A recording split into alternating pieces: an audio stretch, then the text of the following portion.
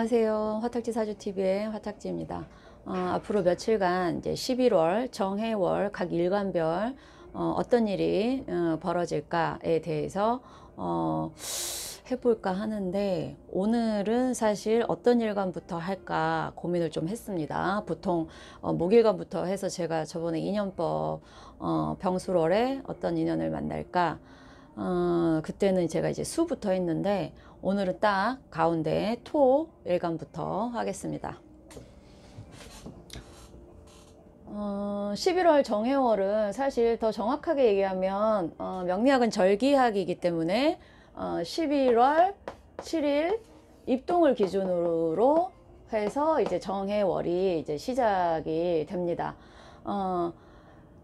불과 물이에요. 그러니까 물의 특징은 위에서 아래로 흐르려고 하고, 불은 또 아래에서 위로 올라가려고 하는 특징이 있어요.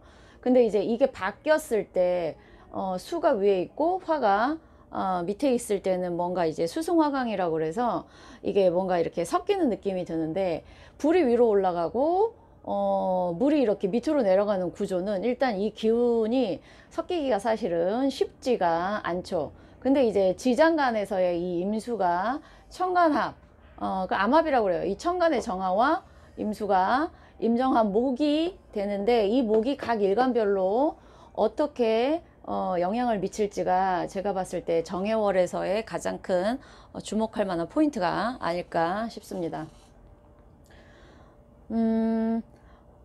이렇게 해수 안에는 지장간이 이렇게 3개가 있어요. 근데 이 해수도 수고, 이 중에 가장 역할이 큰 게 임수예요. 근데 이제 무토와 간목과 임수가 해월에 각각의 힘이 어떤가를 보는 거는 12운성으로 이렇게 따지는데, 제가 일일이 따져 드릴까 하다가 시간이 너무 걸릴 것 같아서 제가 이제 12운성 이렇게 따지는 그 동영상을 올렸으니까 그거를 참고로 하시면, 무토가 해수의 일때는 힘이 어떤가는 무토의 장생지부터 쭉 가시면 되고요. 간목 역시 마찬가지고 임수도 그렇게 하시면 돼요. 일단 해월에 무토는 절지예요. 절지는 사람으로 치면 이제 죽어서 육체와 영혼이 이렇게 분리되는 시기이기 때문에 실질적인 힘을 사용하는 게 쉽지 않은 그 시기를 의미해서, 사실은 인신사에 각 계절의 시작을 역마라고 보는데, 해수가 역마의 기운이 가장 강한 가장 약한 이유가 아마도 보통 무토가, 수가 역마성이 가장 약한 이유는 무토가 여기에서 거의 절지라는 거는 사실은 힘이 거의 못 쓴다는 얘기예요. 다른 어떤 일목 안에서의 무토와 무토가 먼저 확장을 해주고 그 다음에 어떤 다른 기운들이 이렇게 펼쳐나가는 게 되는데, 여기서는 무토가 거의 힘이 없기 때문에 아마 인신사회 중에 역마성이 가장 약한 거는 해수다, 이렇게 봐도 될 것 같고요. 그 다음에 이제 간목, 간목이라는 어떤 기운이 해수에서는 장생이에요. 장생은 이제 막 태어난 아이 같은 거예요. 그러니까 수지만 여기에서는 이미 겨울이지만, 겨울의 시작이지만 이미 이 안에서는 봄에 새로운 기운이 태어난다. 그리고 걸록이죠. 걸록은 사회 초년생이에요. 이제 사회로 나가서 내 힘을 쓸 때다라는 거니까, 같은 수고 해수에서 임수는 힘이 강한 편이죠. 다른 어떤 저기 천간보다는. 네. 그래서 보통은 이게 그 학파마다 조금씩 다른데, 이거를 이제 3개를 구분해서 가장 일반적이게 7, 7, 16 이렇게 30일을 기준으로 무토가 지배하는 거 7일, 간목이 7일, 임수가 16 이렇게. 그리고 해수의 본계는 임수기 때문에 해월은 지장간으로 치면 천간의 기운 중에 임수가 가장 강하다. 그런데 하늘에 뜬 정화와 이 임수가 천간합, 임정합 목을 하는데, 이 목의 기운이 일간마다 어떻게 작용하는가, 네, 그거를 중요하다. 자, 정해. 오늘은 토 일간부터 하겠습니다. 자, 토, 생금, 금생수, 수생목, 목생화 이렇게 됩니다.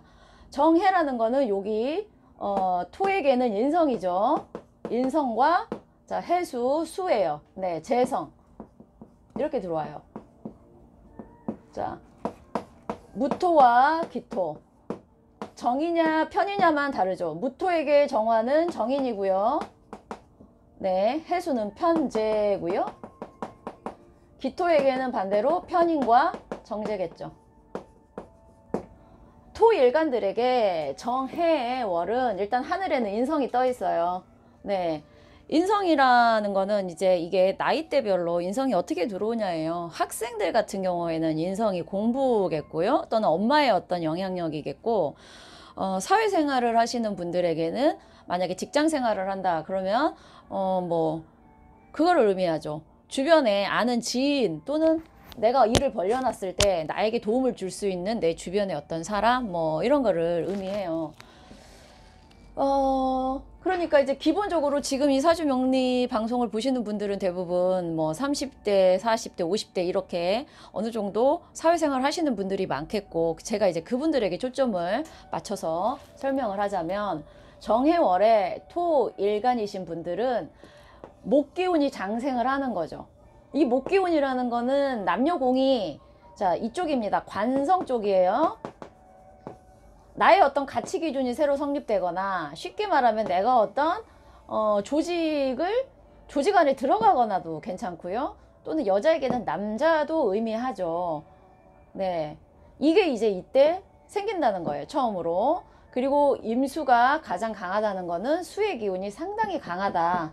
네, 재성 쪽이. 그렇다는 얘기는 재성이라는 거는 나한테 들어올 수 있는 금전을 의미하기도 하고, 또는 나의 목표를 의미하기도 하니까 그게 되게 강한 월이라는 거죠. 하지만 정화가 해월에는 태예요. 태라는 거는 엄마의 뱃속에 이제 막 자리를 하나 딱 잡은 정도의 기운이기 때문에 정화가 해월에 아주 강하지는 않아요. 그러니까 내가 누군가로부터 도움을 받겠다, 인성의 기운이 이제 막 맺히는 거예요. 그런데 이 인성과 이 재성이 임정한 목이 된다는 거죠. 정이냐 편이냐만 다르지 지금 이 화와 수의 기운이 합쳐져서 이쪽으로 돼요.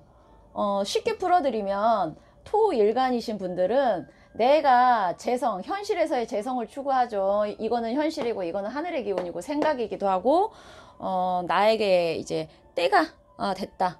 이때 이런 기운이다라는 어떤 시기적인 걸 의미하니까, 자, 불의 도움을 받아서, 근데 이제 사주에 식신 상관이 있으신 분들은 힘을 받아서, 또는 이 인성이 힘을, 사실 이렇게 하면 힘을 잠깐 못 쓰기는 해요. 근데 이제 이게 있어서 내 재성을 추구하는 쪽으로 가겠지만, 아무래도 인성이 들어오면 내가 능동적으로 뭔가를 하는 것보다는 주변 상황의 도움을 조금 받아서 내 목표를 이뤄야 되는 건데, 이게 재성 쪽의 추구보다는 실질적으로 임정합이 돼서 목으로 가죠. 네.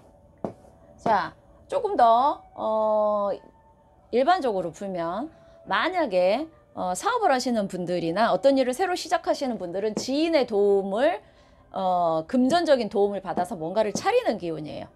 네. 누군가가 나한테 금전적으로 도움을 줘서 내가 이거를 조직이라니까 좀 웃기네요. 뭐 내 가게를 낸다든가, 아니면은 나의 어떤 나만의, 사실은 모든 조직을 다 이가 하는 게 아니라 내가 일하는 어떤 작은 그것도 관일 수 있어요.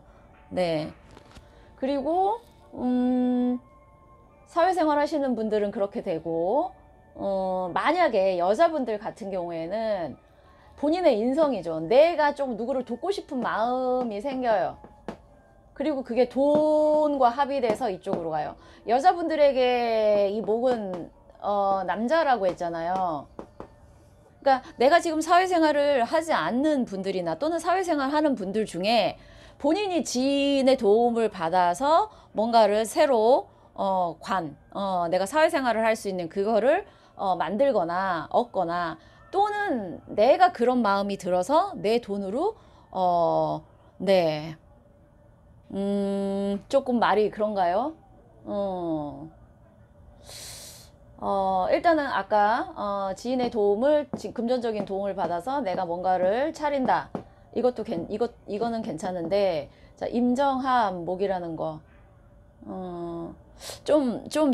저도 표현을 참 자제하는데, 임정합 자체가 처원간 중에서는 남녀 간의 어떤 애정 문제를 많이 할 수 있는 게 임정합이에요. 네.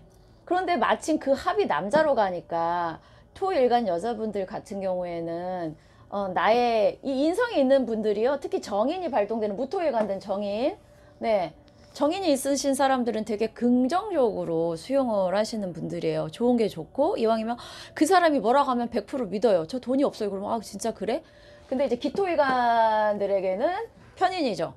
기토일간 분들은 약간 의심을 하면서 네. 근데 그게 돈과 합이 돼서 이쪽으로 간다.